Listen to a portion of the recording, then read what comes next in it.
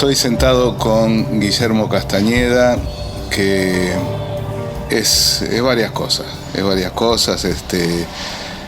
verdad, un tipo que se dedica, un señor, una persona que se dedica a un montón de cosas, llamémosle resistencia cultural en el medio del abasto que se va edificando. Se va edificando alrededor. Es una isla cultural tiene. Creo que es profesor de educación física, psicólogo social y psicodramatista.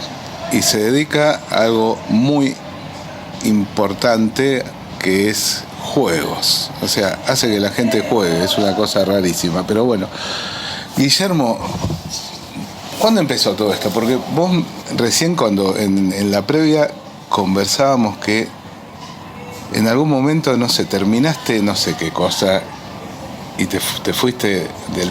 Terminé psicodrama. Sí. ¿Con quién estuviste? ¿Con quién en la SAP, en la Sociedad Argentina de Psicodrama. Ah, sí, en la vieja SAP. En la vieja SAP. Ajá. Del 93 al 95 sí. Estuve en la SAP. En el 92 había terminado Psicología Social, del 88, 89. Y antes había terminado Educación Física. Y cuando terminé con psicodrama, que me rompió la cabeza, con mi querida profe Lili Fasano, una de ellas, en algún momento Lili, siendo maestra, me dijo: Guille, basta de pensar, poné los pies en el barro, basta de todo lo que pensás que se puede hacer, hacelo, equivocate. Y lo primero que hice fue escaparme de Latinoamérica, al Machu Picchu, que me llamaba el Machu Picchu porque en ese momento Sendero Luminoso abre la posibilidad de que Machu Picchu se vuelva a visitar. Ajá. En el 94 pasó eso, en el 96 me fui yo a recorrer América con ese pensamiento: puedo vivir en cualquier lado de los que esté, puedo hacer cualquier herramienta de las que tenga para poder comer, y América me rompió la cabeza. ¿Y estuviste en el Machu Picchu? Estuve en el Machu Picchu. ¿Qué fuiste? ¿De turista o te quedaste ahí dando vuelta por la zona? Y estuve un mes en la zona. Oh. Estuve 6 meses en total en América girando. Fue la época donde con $2.500, era la época de Menem, la parte, ante la desgracia nacional de tener a Menem, había una partecita que nos convenía, que era el cambio. Uh-huh. Y entonces con ese poco cambio que tenía, con $2.500, viví 6 meses. Intercambié casa por comida, trabajo por casa y comida. Conocí gente alucinante y conocí muchos centros culturales y formas que empecé a darme vuelta en que todo lo que yo venía haciendo podía concentrarse en un espacio cultural donde llegara el juego, el psicodrama, la psicología social. Tengo la anécdota de un día en una montaña que subí en Otavalo, Ecuador, aldea aborigen. Subo así, miro Buenos Aires. En esos momentos estaba leyendo El Señor de los Anillos y yo miraba Buenos Aires y veía todo el predio celeste, trigo por allá, verde por allá. Y yo diciéndome: Guille, podés vivir en cualquier lado. Perdón, miraba Buenos Aires. Y miraba Buenos Aires a 11.000 kilómetros. Hacia Buenos Aires. Hacia Buenos Aires. Y lo veía como contaba el libro del Señor de los Anillos, con rayos y tormentas golpeando Buenos Aires así. Y decía: si volvés ahí, tenés que volver para hacer un proyecto copado. Si no, tenés esto para estar. Era como que pude desprenderme, y ahí en ese momento creo que dije: quiero volver a Buenos Aires llevando todo esto. Y bueno, así fue. Tuve 6 meses y cuando llegué fui contando un poco lo que me fue pasando en ese viaje, y un hermano mío me dice: Guille, me está yendo bien ahora, es el primer dinero que tengo, si querés una casa, compro yo una casa y te la doy, vos me pagás un alquiler y haces lo que tengas ganas de hacer. ¡Wow! ¡Qué impresionante, Guille! Así que ahí empezó esta aventura en la que estamos hoy. Sí, en el 98, ponele. hicimos una breve pausa porque desde el patio donde estábamos hablando con Guillermo se escuchaba, además de un poquito del murmullo de la calle, las voces de unos niños y me parece que adolescentes Down, que están con un trabajo, una pequeña empresa en la que están comprometidos ellos, sus profesores, y parece que les está yendo bien. Están no sé, después nos contás. Dale. Bueno, me contaste que tu hermano fue algo así como un ángel guardián que te dijo, a ver, que compro una casa. Sí, compro una casa para mis hijos, Ajá. Sus hijos. Sí. Y vos me pagás un alquiler. Y dale, si querés hacer el proyecto ese que tenés pensado de hacer un centro cultural que se te ocurrió, podía ser una buena síntesis de todo lo que venías estudiando. Y yo estuve un mes replanteándome qué quería hacer, si lo hacía, si no hacía, si buscaba una casa, si no, si aceptaba tamaño, porque era acertar la lotería, fue acertar la lotería. Sin haberla jugado. Sin haberla jugado. Y mi hermano con una generosidad grosera de poder pensar que nada, que esa situación me podía ayudar a proyectarme. Supongo que a lo mejor estaría con miedo también para dónde me iba, porque los lugares del juego, los lugares de la recreación, del territorio de la recreación y luego del psicodrama, son lugares bordes que la gente no conoce. Ajá. Es como todas las actividades que yo fui estudiando, son todas actividades nuevas, alternativas, que después pasan a ser como sostenedoras y sólidas en lo que se va. Pero en el momento en que entras no hay nada escrito, no hay nada hecho, no en psicodrama, sí en recreación. Está todo por hacer, entonces ahí estaba todo por hacer porque vos hiciste algunas cuantas cosas. Y después de 20 años de casona me despierto del territorio, todo lo que hay en pandemia, y en recreación es increíble lo que se ha fomentado, se ha armado en estos últimos 20 años. Y nosotros como un punto de cultura más que le dimos fuerza a lo que aprendimos que es salud comunitaria, que muchas de las cosas que fuimos haciendo en el barrio es salud comunitaria. Y hay algo que a mí me sorprende, que de pronto he pasado por acá o adelante de la casona o cerca de la casona, y de pronto algo medio disruptivo, que es gente jugando en la calle y gente grande jugando en la calle. 200 personas cantando rondas recreativas en la calle, es muy fuerte.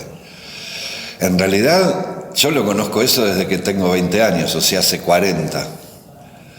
Lo nuevo era llevar esto al espacio público después del 2001, cuando el mundo argentino estalló, el cacerolazo se vino fuerte, en el barrio había muchas asambleas, yo estaba recién, en el 2000 empieza Casona, o sea que en el 2001 nos agarra con toda la casona prácticamente vacía, con nuestras cosas, pero con mucho territorio para conquistar, para andar. Hay una de las frases que me gustó siempre en arquitectura, cuando te pones a estudiar arquitectura, según me cuenta la gente que estudia arquitectura, cuentan que en la China no hacen los caminos de una plaza, ponen el espacio de la plaza y dejan que la misma comunidad habite los caminos que naturalmente se necesitan. Y este es el camino nuestro, y acá no viene nadie, entonces acá se arma la placita, se arma la canchita, la calecita. Y esa conceptualización para mí fue muy hermosa para bajar la ansiedad y poder coordinar lo que sucedía. Yo tengo un par de caminos para hacer en esta plaza, vecino, vecina, persona. Acá hay otros caminos que se pueden hacer, lo único que no hay que hacer es que los caminos se pisen. Y esa forma fue muy rica en el desarrollo de la gente que tenía muchas ganas de hacer cosas, 2001, 2002, y fueron creciendo cosas gigantes. Claro, si hay alguien que está escuchando nuestro encuentro con Guillermo que no tiene idea de qué estamos hablando, en el 2000 Uno, Argentina estaba en el fondo del tarro. Llegó un punto que a fin de 2001 ni siquiera había dinero circulante y por lo tanto no había posibilidades ni siquiera de hacer pequeños trabajos para la gente que lo único que puede hacer es eso. Explotó todo. Buena parte de los ahorros de los sectores medios fueron congelados o confiscados. Bueno, entonces 2001, 2002... Pasaron 5 presidentes. Y lo interesante, a mí, ¿sabes qué me hace acordar de eso, Guillermo? Que en los peores momentos no necesariamente aflora lo peor. Es eso. Viene la asamblea en marzo o mayo de 2002, sí. Y viene la asamblea de Medrano y Corrientes y nos dice, chicos, nosotros necesitaríamos un lugarcito, somos una asamblea, venimos los vecinos hablando. Sí, cómo no, vengan.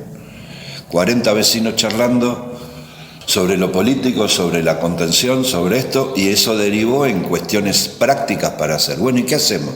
Y bueno, vamos a salir a la calle porque le falta la estufa al jardín, porque aquella familia no tiene comida, porque en la escuela tal está sucediendo tal cosa y necesitan tanto dinero.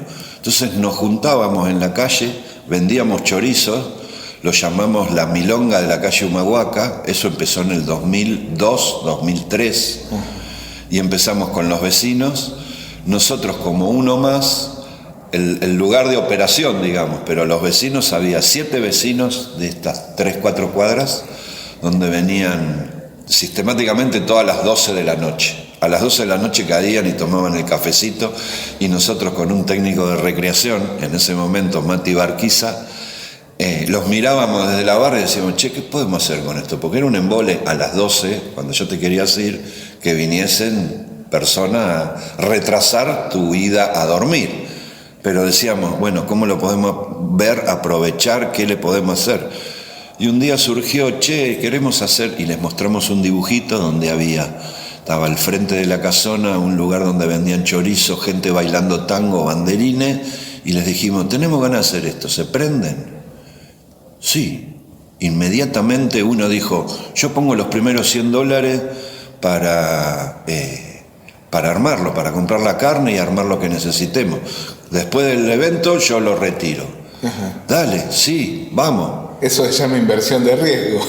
23 de septiembre del 2003 empieza la primera milonga, donde se junta el mundo de la recreación, porque hay compañeros, yo soy profe del Instituto de Tiempo Libre y Recreación.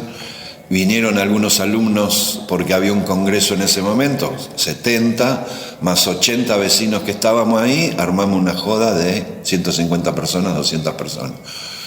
Qué lindo que salió, qué impecable que salió, era volver el tango al barrio donde estuvo Gardel, en un barrio donde yo cuando llego me sorprendo de todo lo que me empiezan a contar del barrio, porque yo digo, no, porque acá en Almagro no, Guillermo, esto no es Almagro.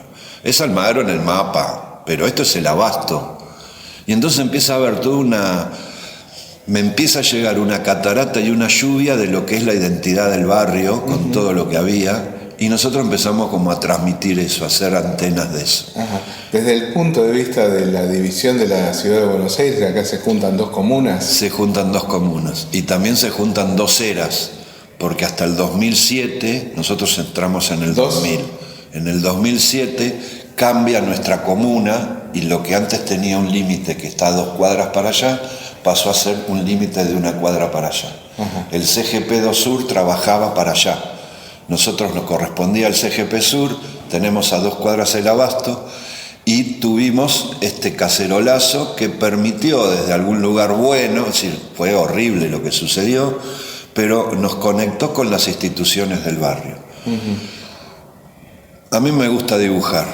Un día hice un mapita donde estaba la casona, en un lugar nuevo, y me habían contado que a 1 cuadra había vivido Luca Prodan, que a 2 había cantado Carlos Gardel, que a 1 cuadra y media había estado el Tato Pavlovsky haciendo Babilonia, que enfrente tenía un teatro, que a la vuelta estaba el otro teatro, que a la vuelta...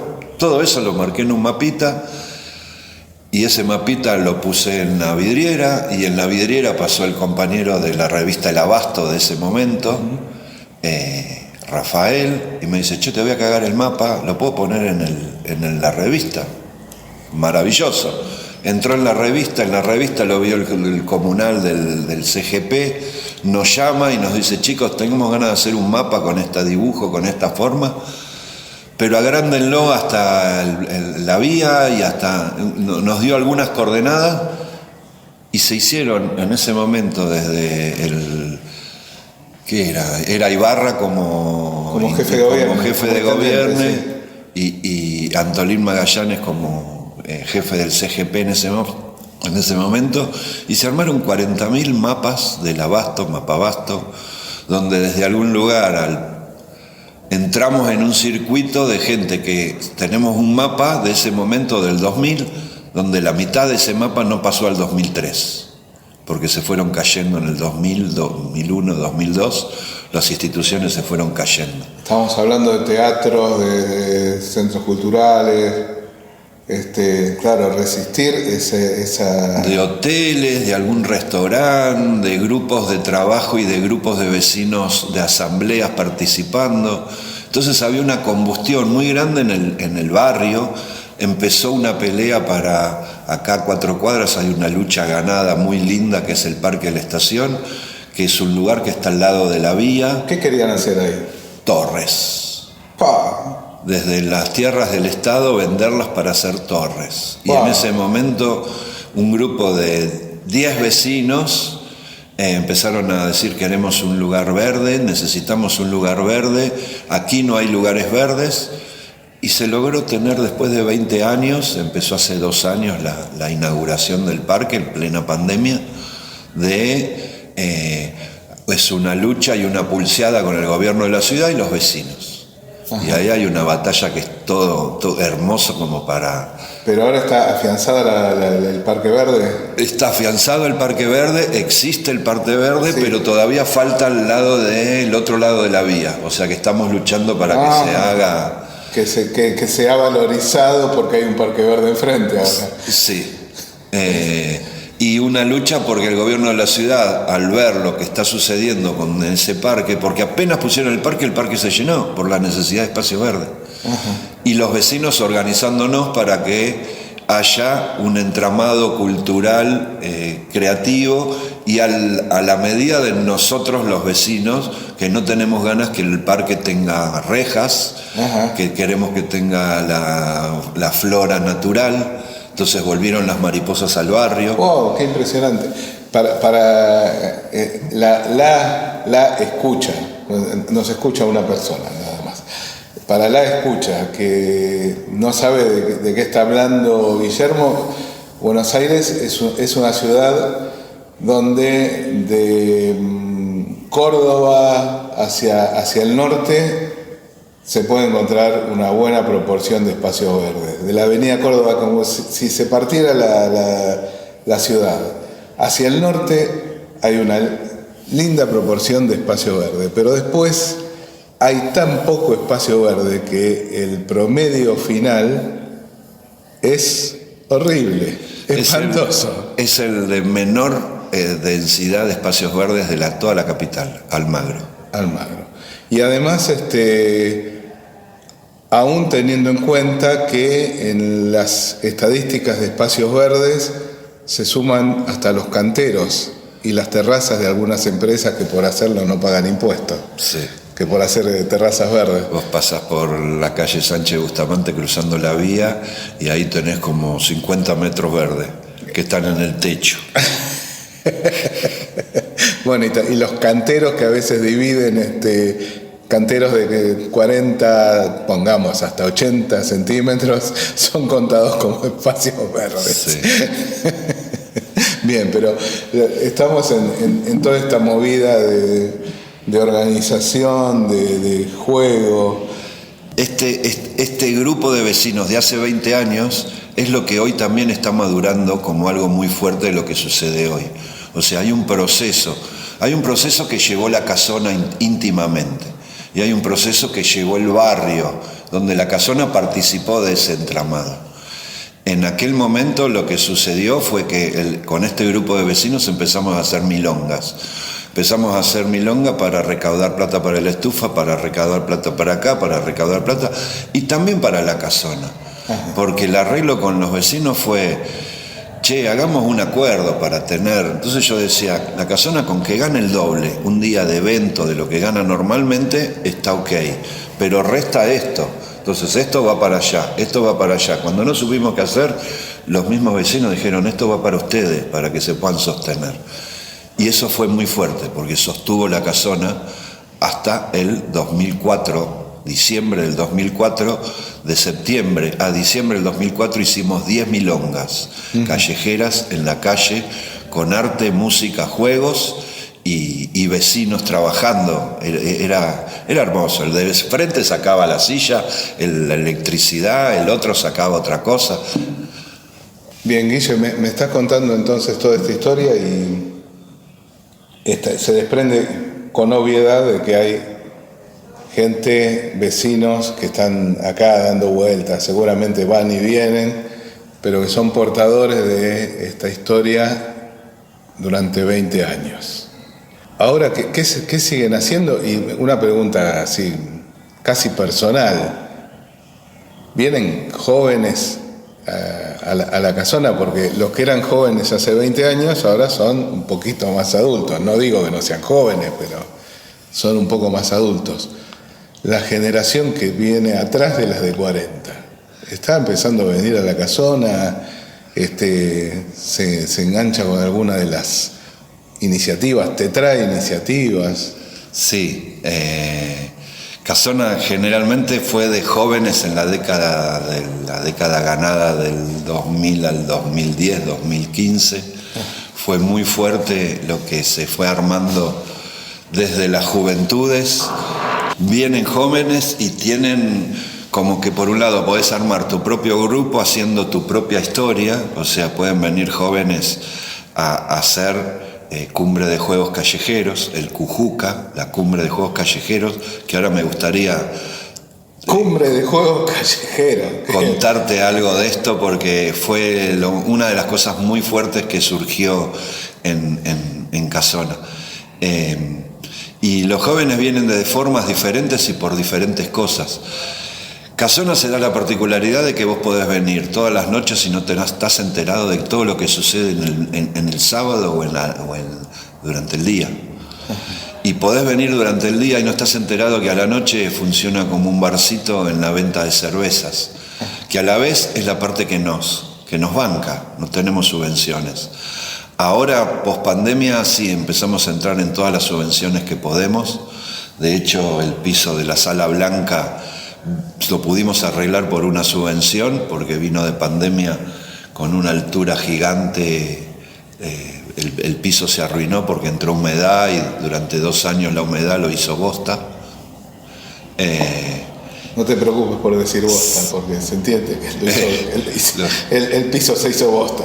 Y entonces lo pudimos arreglar con una subvención de Nación y hay algún apoyo desde Ciudad también, pero siempre tuvimos claro, creo que desde la tercera semana nos bancábamos vendiendo cerveza, pudiendo decir que trabajamos desde la salud comunitaria, en esa contradicción. Bueno.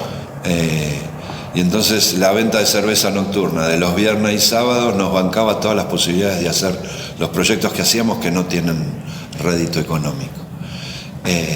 Quiero ir al Cujuca porque sucede... ¿Y qué rédito tiene? Porque si no tienen rédito económico...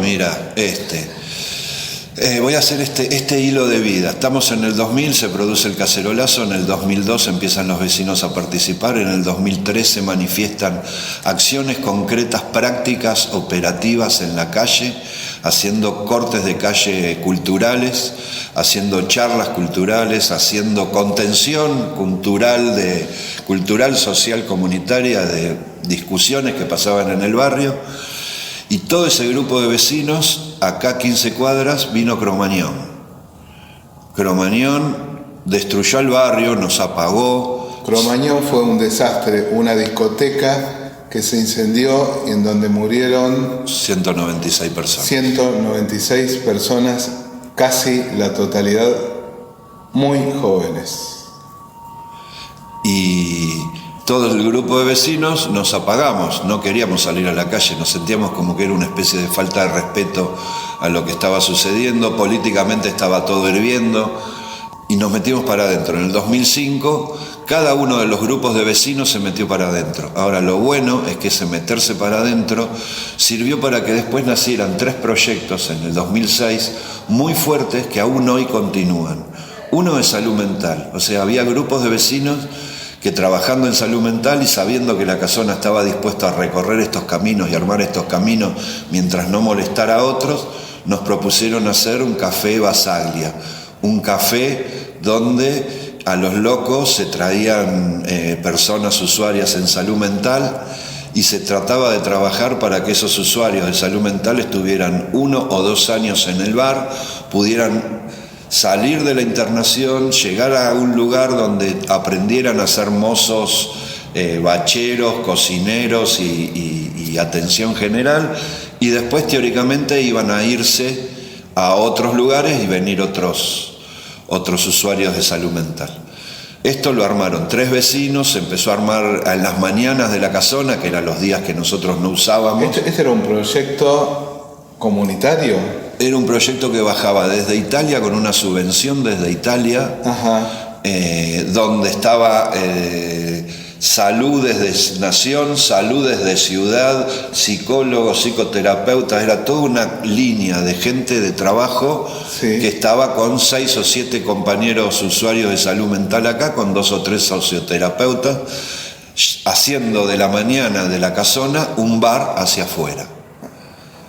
Entonces, Basaglia, entre paréntesis, un médico italiano, el jefe de salud mental de Italia, que decía que a los locos había que darle trabajo, no solamente pastillas, que si uno le daba trabajo, contención y cosas para hacer, los tipos se recuperaban.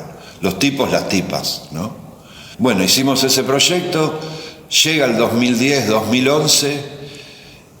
Italia entra en crisis, se cae Italia corta todas las subvenciones, llega el corte de todas las subvenciones acá y se quedan los 5 muchachos que estaban en ese momento, gente grande, y se nos queremos quedar.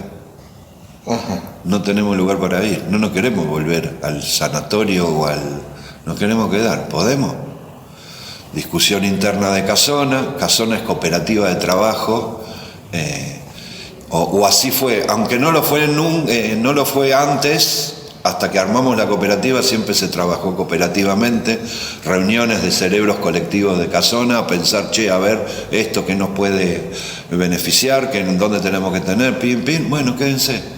Y se quedaron desde el 2012, 2013, se armó un nuevo átomo que tuvo que ver con, se llamó Franca Matina, de Café Basaglia, que estaba abierto a la comunidad. Una cooperativa de trabajo que trabaja a la mañana acá en la casona. Exactamente. Franca era la esposa de Basaglia y Matina porque trabajamos a la mañana y ahí se conformó. Se conformó eso medio como un átomo independiente de lo que era Casona, vino la pandemia y Trump se integró todo. Los chicos que se quedaron, en pandemia fue toda una situación de cómo sobrevivimos ante una ausencia de dinero que entre, porque fue así. Ese fue uno de los proyectos que empieza, vuelvo a decir, en el 2003 con los vecinos, 2005 muchas milongas en la calle, 2005 viene Cromañón, todo baja y aparecen 3 proyectos. Uno de Café Basaglia, que es el de salud mental, y ahí desarrollé todo.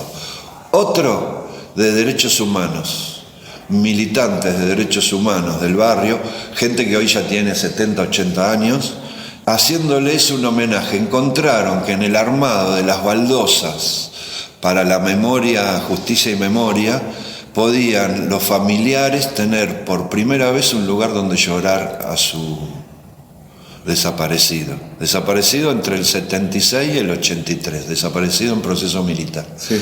Entonces estos vecinos dijeron, Guille, nosotros estamos pensando en hacer esto, y así se armó.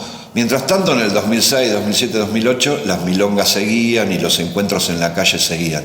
Pero ya iban conformándose en otro giro.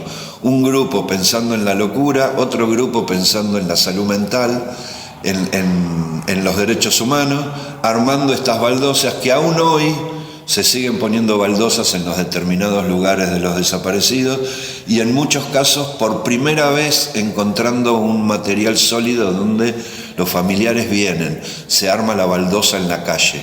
Una baldosa es una baldosa que entra en una vereda común, ¿no? Sí. Y se pone en el lugar de trabajo, de familia, de donde el tipo habitó, donde fue secuestrado. O donde fue secuestrado. Como una especie de homenaje, denuncia. Y vienen aquí, ellos ponen el nombre, ponen lo que quieren poner en la baldosa, y otro día después, cuando la baldosa ya está lista, se hace el ritual de poner la baldosa en el lugar. Uh-huh. Eso hoy sigue sucediendo. El domingo pusimos una en la plaza, en una plaza que acá está muy cerquita, Fumarola, que es un desaparecido, detenido desaparecido. Vuelvo. Había 3 proyectos, uno de salud mental, uno de derechos humanos y uno de los que teníamos el juego como forma de comunicación y lenguaje escénico para trabajar. Y desde ahí, desde una actividad que empieza con una actividad de psicodrama, y acá estamos hablando del psicodrama, estamos hablando de la casona, esto es lo que me parece, desde una actividad que empieza de psicodrama, donde nosotros trabajamos el juego que tenemos incorporado en la vida, en nuestro cuerpo, hacíamos un ensueño dirigido, lo llevábamos a sus juegos de infantiles de 7, 8, 10, 15 años y sentíamos que cada taller que hacíamos de eso explotaba. Era como que la gente era... volvía a subir al manzano y entonces todos los cuerpos armaban un manzano para retirar una manzana de una señora de 70 años, me acuerdo, que murió cuando vio el árbol armado y dice, yo quiero subir un árbol armado con cuerpos y telas. Murió, es una metáfora. Es una metáfora, murió de emoción de volver y la tipa dice, yo quiero sacar la manzana. Me acuerdo todavía, y la señora pisando los cuerpos para sacar una simbólica manzana. Y nosotros mirándonos con Héctor Quevedo, psicodramatista también, que cursamos casi juntos, y que veníamos trabajando desde el teatro espontáneo, en esto de la recuperación de historias. Nosotros cuando llegamos acá nos resultó muy fácil recolectar las historias del Abasto porque teníamos el recurso del teatro espontáneo para escuchar a la señora de enfrente que tenía 80 años y tenía 60 de Abasto. Contanos qué es el Abasto, y entonces representábamos las historias. Nada, fue como muy hermoso. Y esto de poder decir delante del curso de juego que sucedía esto, nos dimos cuenta que era muy fuerte, y entonces un día decidimos montar todos esos juegos que jugaba uno de los grupos en la calle. Parte de la charla era, che, ¿y esto se puede hacer en la calle? Porque en ese momento no se jugaba en la calle, no había... en la calle se manifestaba lo público a partir de las marchas y manifestaciones, pero en ese encuentro vecinal que empezaba a pasar en el 2001 en toda Argentina, en todos los lugares de Argentina, los que estén escuchando en este momento recuerden aquel momento de efervescencia, los que tenemos más de 30, 40, bueno, 40 que 30, era un lugar donde estaba la efervescencia, y nosotros saliendo a la calle llevamos ese taller a la calle, y un día marcamos una rayuela, y otro día marcamos otra rayuela, y el otro día marcamos un juego, y otro día marcamos otro juego, y nos dábamos cuenta que teníamos la calle pintada con juegos, y dijimos, dale, vamos a juntar un grupo para perfeccionar esto. Y entonces en el 2006 se arma un grupo que tiene 7 encuentros para tratar de armar una cumbre de juegos callejeros, Cujuca. Lo llamamos cumbre porque en ese momento, en el 2005, había habido la cumbre de presidentes en Mar del Plata. Todavía nosotros, irónicamente, porque no conocíamos todavía qué era lo que había sucedido, estos se juntan acá, todavía no había representación simbólica positiva para esa cumbre, medio que lo hacíamos irónicamente, Bueno, estos se juntan para esto, nosotros nos juntamos con el señor Escondida, la señora Rayuela, el señor Elástico, y ahí mandamos todos los recursos por una vez. Todo esto pasó a ser por una sola vez. Después nos dimos cuenta que la cumbre de Mar del Plata había sido importante y nos dimos cuenta que esa cumbre de juego, que fue el 23 de septiembre del 06, el mismo día que había sido una milonga 4 años antes. No, te digo mal, el 27 de mayo. Después hay otra anécdota con el mismo día. Y entonces, ese día estamos en la calle, un montón de gente jugando y un montón de gente que el grupo mismo que había venido trabajando estos 100 encuentros eran docentes, eran trabajadores sociales, eran psicólogos sociales, que cada uno tenía su trabajo y trajo a toda su gente. Estalló. Fue algo que nos estalló en los ojos de decir, wow, mirá lo que pasó. Sí, ahí, mucha gente jugando en la calle. Mucha gente jugando en la calle. Al punto que en ese momento Crónica TV tenía un programa, Crónica. Tenía un canal que cada 2 horas hacía noticias. 2 horas de noticias. Al otro domingo, si eso fue un sábado, al domingo, el día siguiente, pasa un móvil de Crónica, pasa así y vuelve, nos mira, los tipos se bajan y nos preguntan, che, ¿podemos tomar documento de esto? Sí, claro.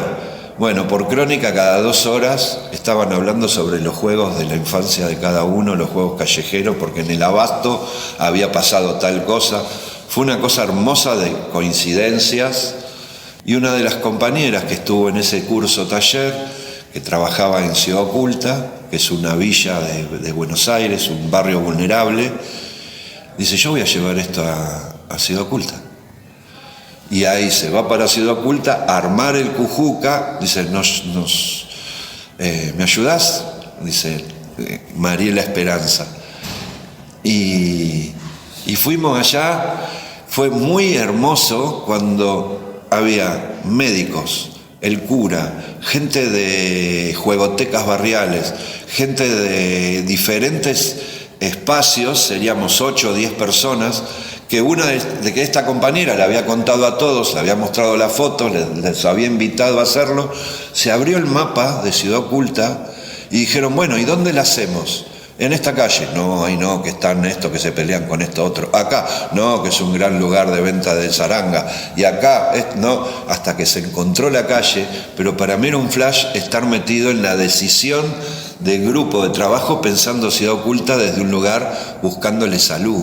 Ajá. Y el Cujuca, como segunda vez que recién se hacía, estalló en Ciudad Oculta. En Ciudad Oculta lo vio un muchacho que en Retiro, yo esto lo llevo a la villa de Retiro, se fue a Retiro. Y así fue como empezó, por un dispositivo muy fácil, sí, y un dispositivo que te tira a tu infancia y te mueve identidad. Tuvimos que poner una carpita porque vos llegabas ahí, no, porque yo jugaba tal cosa, y yo decía, no me lo cuentes, andá a la carpita y contalo ahí, porque... O sea, hicieron un lugar donde juntaban los juegos. Un libro así grandote donde tiene el registro de todos los juegos que había. Otra de las anécdotas es que en ese primer día, ese 27 de mayo, que lo dije mal antes, uno de los juegos era el yo-yo. El yo-yo es el... Yo-yo. No sé si en todos los lados de América se llama yo-yo, pero... no, miento, un trompo, el que gira. Un trompo, llamémosle trompo. Había un pintor de pared en una de las esquinas de la casona y el tipo pintaba y miraba, ¿no? Pintaba y miraba, y en un momento no aguantó más, se bajó. El que estaba mostrando los juegos era uno que había, como nosotros, que tirábamos así simple. El muchacho lo mira y dice, ¿me permite? Tira el trompo y de repente lo empieza a trabajar por acá y lo lleva por acá. Por los brazos. Por los brazos. Empieza a hacer maravillas con eso. Y el muchacho era pintor de calle, que pasó a ser profesor por esa media hora de cómo se usaba el trompo. Y ahí empezamos a descubrir, todo esto lo empezamos a descubrir ahí, de qué maravilla, qué sucede cuando llevas a la calle. Yo tenía 25 años de experiencia en la colonia de vacaciones, en las salas de juego, en los talleres. Toda esa experiencia estaba ahí, pero puesto en la calle pasa a tener una espontaneidad y una situación donde no tenés registro de qué está sucediendo, qué puede suceder. Bueno, este muchacho quedó en la retina de todos nosotros, y así sucede, cada vez que sucede. ¿Cuántas situaciones de violencia tuvieron en estas? Ninguna. ¿Cuántas? Ninguna. ¿Cientos de personas jugando? Ninguna. Ninguna situación de violencia. Y entonces este proceso que yo me doy cuenta en pandemia cuando lo empiezo a contar, no lo teníamos registrado, de vecinos trabajando haciendo combustión del 2001 al 2005, año de impas, salen 3 proyectos, más otros montones que sigue habiendo en Casona, porque en cada persona puede armar, porque esto es muy grande, pero estos 3 son como abanderadas de la Casona entera. Y yo lo termino registrando en el 2018, en el 2020, 2021, en pandemia. Fueron sucediendo con el Cujuca, que se fue multiplicando. Nos llamaron de Colombia para contar la experiencia. Me llaman a mí para contar la experiencia y digo, no, pero no vale la pena que una persona vaya. La verdad que esto es grupal, ustedes si lo viven, bueno, hicimos esto, lo otro, pim, pum. Pudimos ir 6, de los cuales fuimos 9 en realidad, donde 3 se pagaron el pasaje, y se quedó en Colombia un Cujuca, en Chile un Cujuca, en Córdoba un Cujuca. ¿Están promoviendo que la gente juegue en la calle? Sí. ¿Subversivos? Sí. Y post-pandemia lo que empezó a suceder, que es bueno y es malo, ¿no? Porque tiene su parte mala también. Pero nos empezaron a convocar para trabajar. Siempre fue comunitariamente, siempre fue voluntariamente y siempre fue buscar voluntarios que no necesariamente sean técnicos de recreación o profes de educación física que trabajen en recreación, sino lo que buscamos siempre fue, nosotros somos 2 técnicos de recreación, pero todos los demás no lo son. Ajá. Tenemos que buscar un recurso simple para que eso se pueda hacer con un vecino. Entonces vos estás en la calle moviendo la soga, como 2 personas mueven una zona de 5 metros, y vos ves que la vecina que está acá al lado es como que la ves en el cuerpo, que tiene ganas de participar. El solo hecho de invitarla, decir, dale, ¿querés saltar? No, ya no puedo, pero me encantaría tocar la soga. Agarrá. Entonces era agarrar la soga. Y entonces te encontrás que vos te vas corriendo y todo lo que está sucediendo es de vecinos con vecinos armándolo. El sábado pasado hubo un encuentro. Lo que sucedió el sábado pasado fueron que 2 nenes de 5 años movían la soga, por ejemplo. Y estuvieron como media hora, ellos cambiando de rol, los nenes jugando y provocándose jugar entre todos ellos. Nada, es un dispositivo muy hermoso que nace de Estos chicos de 5 años por primera vez movían la soga. Por primera vez. Bueno, no sé si por primera vez ellos movían la soga, pero por primera vez yo siento que sucedió que los padres o los profes dejamos de mover la soga y pasaron a ser niños muy pequeños. Porque los pibes de 12 años sí la agarraron siempre. Ajá. Siempre es muy divertido. Pero esta vez fueron 2 niños de 5, 6, 7. Muy gracioso, muy hermoso. Y de cómo se puede, a partir de ir trasladando la responsabilidad ante una tarea en común que es lúdica, ir entramando comunidad. Porque al otro día, esos 2 vecinos que se encuentran ya no son el pelado de al lado. Pasó a ser Jorge, o pasó a ser el señor que tenía la soga, y qué lindo que estuvo ayer. Qué bueno, así que lo promueven interacción directa. Sí.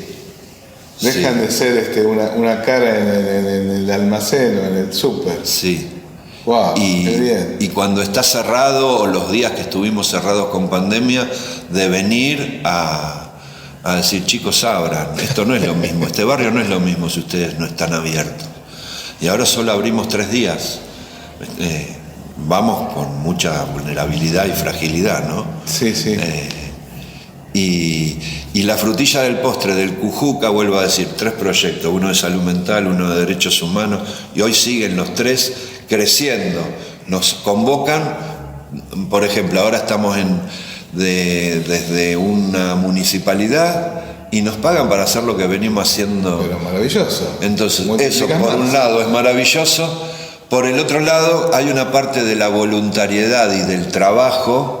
Ajá. Que hay ahí una frontera que todavía tenemos que como que nos gusta mucho que sea voluntario, que si estás cansado quédate en un costado, esto no tenés que estar rindiendo claro, porque tenés que estar rindiendo. O sea que es un trabajo que no tiene que ser que no te tiene que dar trabajo. Claro, que si sentís que estás presionado y no podés jugar obligadamente. Claro. Para jugar hay una cosa implícita que tenés que tener el espíritu lúdico ahí presente. Si no tenés el espíritu lúdico, dejó de ser un poquito el juego. Y entonces ahí estamos como haciendo este traspaso, sorprendiéndonos con lo que está pasando. Una cosa sumamente importante para el Cujuca, y hablo mucho más del Cujuca porque es la parte donde nosotros nos metimos, ¿no? Sí. Lo de derechos humanos y salud mental también me puedo meter un montón, pero en el 2009 viene una compañera, estudiante de psicología en su último año, y nos dice: chicos, ustedes lo que hacen en la calle es maravilloso, es increíble, yo quiero contar esto que hacen en mi tesis. ¿Puedo venir a estar? Sí, vení como cualquiera, vos venís. Y entonces la tipa, Claudia Van, venía al Cujuca, movía la soga, o estaba en el tumbalata, o pintaba la calle, o hacía todo, guardábamos todo. Implica un lindo trabajito de 15, 20 personas, de 5 también, más humilde, de 20 personas tenés más trabajo armado. Y la tipa empieza y se va, está en el Cujuca y se va a su casa y escribe: bueno, hice una entrevista con 7 vecinos de la forma como dice Sansán Saranzanza, y arma toda su tesis. A los 5 años, eso en el 09, 010, en el 14, dice: chicos, terminé la tesis, la presento en la facultad. Presenta la tesis en la facultad, saca 10, le ofrecen desde una editorial toda esa tesis, armarla como libro, la arma como libro, termina armando el libro Salud Mental Comunitaria, Creatividad y Salud Mental Comunitaria, donde todo el libro tiene que ver con la experiencia del abasto, con Casona, con el centro de salud y con una juegoteca, que fueron los 3 lugares donde ella apuntó para armar, porque se armó una red, obviamente. Sí. Este Cujuca terminó armando una red en el barrio desde el 2006, y entonces hacíamos uno frente al centro de salud y se llamaba Cujuca de la Salud, y provocaba que los médicos, enfermeros y trabajadores sociales del centro de salud salieran a la calle, pero desde un juego. Ajá. Entonces el traumatólogo que tenía, el kinesiólogo que tiene 30 señoras adultas en un taller de memoria, sí, las hacía caminar por unas huellas. Ajá, en la mitad de la calle, haciendo música, y de repente apagaba la música y la señora se quedaba en la huella y de repente empezaba a caerse para un lado, o la señora le decía: no, pero me duele acá, y el tipo con una lista iba anotando, o sea, que a la vez diagnosticaba lo que sucedía para llevárselo a su trabajo. Fue qué maravilloso. Qué lindo. O sea, formas dinámicas de diagnóstico. Y decime, Guillermo, si hay alguien escuchando que esté por acá, seguro que está invitado a tomarse un cafecito o una birra o invitada en la casona, pero además, ¿qué le dirías acerca de esto, del juego? ¿Tenés algo para sugerir con respecto a esto? Que nos tenemos que dar permiso. Primero nos tenemos que dar permiso. Hay unos mitos que hablan sobre que el juego termina en la juventud, en la infancia, en la juventud se convierte en deporte, y después, si seguís haciendo deporte, quizás hasta perdés lo lúdico y solo querés ganar, y se te olvidás del juego y de la lúdica, y todos los otros juegos medio que los olvidás o no los tenés incorporados. Y el hecho de ir abriendo a que en realidad el juego es un derecho para el humano, para el humane, no solamente para la niñez.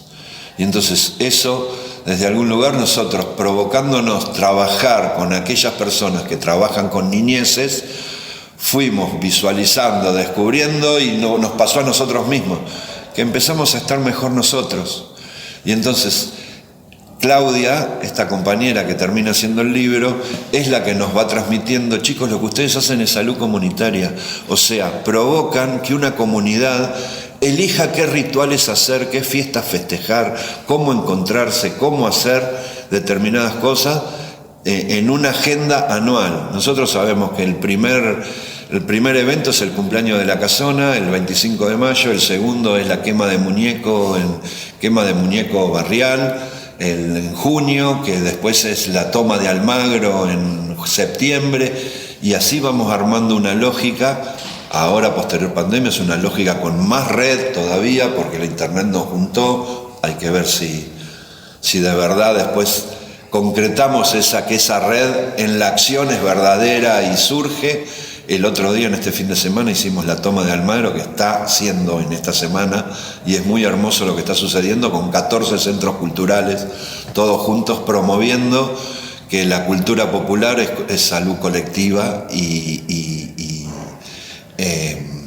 sí, salud colectiva, felicidad colectiva. Felicidad colectiva, qué bueno. Y el juego es un derecho, entonces. El juego es un derecho. O sea, y además es divertido. Y además es divertido y te da características de identidad, te da características de que el pelado de enfrente dejó de ser el pelado, pasó a ser Jorge. Y entonces uno de estos vecinos, uno de los compañeros de memoria, me dijo, no sé, en el 2006, 2007, Guille, yo ni en pedo voy a hacer esas rondas ridículas que ustedes hacen en la calle, que se tocan la cabeza, que van dando vueltas. Son rondas de 100 personas, de 200 personas, son cosas alucinantes. A los 2 años, Gustavo estaba agarrándole la cabeza a los otros y yo yendo a sacarle una foto a decirle, ¿te acordás lo que me dijiste? O sea que lo que va haciendo es bajando las defensas para que las personas se encuentren. Qué bonito. Y además es obvio, pero me gusta subrayarlo. Con tantos cientos de personas que han estado en actividad, en ningún momento tuvieron situaciones de violencia. Parece que todo lo contrario, hubo más franela que violencia. Sí, y no sé, yo no sé cuántos cortes van desde el 2006, pero 1000, qué sé yo, es muchísimo. Nosotros cuando empezó la pandemia, la pospandemia o la pre-pospandemia, que empezamos a salir a la calle, no adentro de la casona, sino en la calle, no nos resultó nada difícil salir a la calle. Era como que, ¿se puede ir a la calle? Y entonces salimos a la calle, pusimos unas macetas, recuperamos un poquito de espacio del pavimento que nos permitía la ley, para ahí poner las mesas, para ahí poder comer, porque vuelvo a decir, la comida que nos entra a nosotros es por la venta de cerveza y por un bar que no administramos bien, porque no sabemos administrar un bar. Cuando entra un gastronómico nos peleamos porque el gastronómico va a buscar mucho más el peso, el mango. Preferimos hacerlo nosotros, lamentablemente mal a veces, porque venís y a lo mejor te tarda media hora una pizza, porque tenemos un espacio recontra chiquito, una cocina que es una cocina como de una casa y tenés 100 personas. ¿Qué sale rápido acá en la casona? Nada, te digo, la Coca-Cola sale rápido, la cerveza. ¿El café? El café también, pero bueno, si 15 personas piden juntos, bueno, el que pidió 15 iba a tener 15 minutos de atraso. Bueno, o sea que si pueden venir acá, además de divertirse y conversar, pueden tomar una cerveza, un café, y que vengan una con tiempo. Coca, que venga con tiempo, bueno, lo puedo aprovechar para conversar. Después la pizza es riquísima y las empanadas son riquísimas, hechas por nosotros. Parte de las empanadas las hace el grupo de Franca Matina, que dejó de llamarse así, para hacer Franca Casona. Ajá. O sea, el grupo de ex-usuarios de salud mental. Sí. Y estamos practicando formas nuevas para tomar este verano y que no nos cueste tanto el bar. Qué bien. Che, Guille, me parece que hoy podemos saludar a nuestra única o a nuestro único oyente, y ya saben, está la casona, en la descripción del episodio va a estar el lugar de la casona, está en Buenos Aires, así que si estás no sé, en otro lugar del mundo, en Michigan, en Moscú, en Pekín, en Orlando, no sé, te podés tomar un ratito un avión, te tomás un café, si querés pedir una pizza vas a tardar un poquito, pero además Guillermo te puede contar toda esta historia de los juegos y hasta en una de esas agarrás una cumbre de juegos. Guille, muchas gracias. A vos, estuve escuchando los otros podcasts, no sé bien cómo se dice, anteriores de nuestros compañeros de llamada. No hablamos nada de psicodrama, pero me parece lo importante fue este punto que el psicodrama hizo con la parte de recreación. Hoy traje, especialmente para verlo, un mapa de lo que es la recreación, el juego de la recreación. Ahora se lo voy a mostrar a Claudio. Y le vamos a sacar una foto. Y le vamos a sacar una foto, no sé bien cómo se podrá, pero el hecho de jugar, de tener el ADN lúdico, el tener un pasaporte lúdico hacia nuestra historia, nos parece así como muy de salud comunitaria, de encuentro, sin buscar grandes luces de neón. No nos gusta lo horizontal. Y esto que estás armando siempre es muy horizontal. Lo escuchaba Marcelo Choclin en lo que decía: somos un grupo en psicodrama que venimos amasando una forma de trabajo y de mirada que nos vamos nutriendo mutuamente, que también empezó a pasar en el 2006-2007, que La Casona pasó a ser un espacio de equilibrio entre la gente que vivía en el sur, la gente que vivía en el norte, y las plantas que están en el patio fue el lugar como elegido de llamada para estar un poquito más que en otros lugares, pero estamos en otros lugares también. Y nada, me parece que esa forma de armar comunidad sin imponernos desde arriba es toda una nueva parte que nuestra generación fue cosechando. Hay que ver bien para dónde va a ir siendo. Pero en esta, ahora sí podemos decir post-pandemia, en la articulación de todo lo que querramos hacer tiene que ser de acuerdo a lo que tenemos ganas de hacer, porque me parece que aprendimos a no tolerar demasiado lo que no tenemos ganas. Y entonces... Amén. Amén. Gracias. Muchas gracias.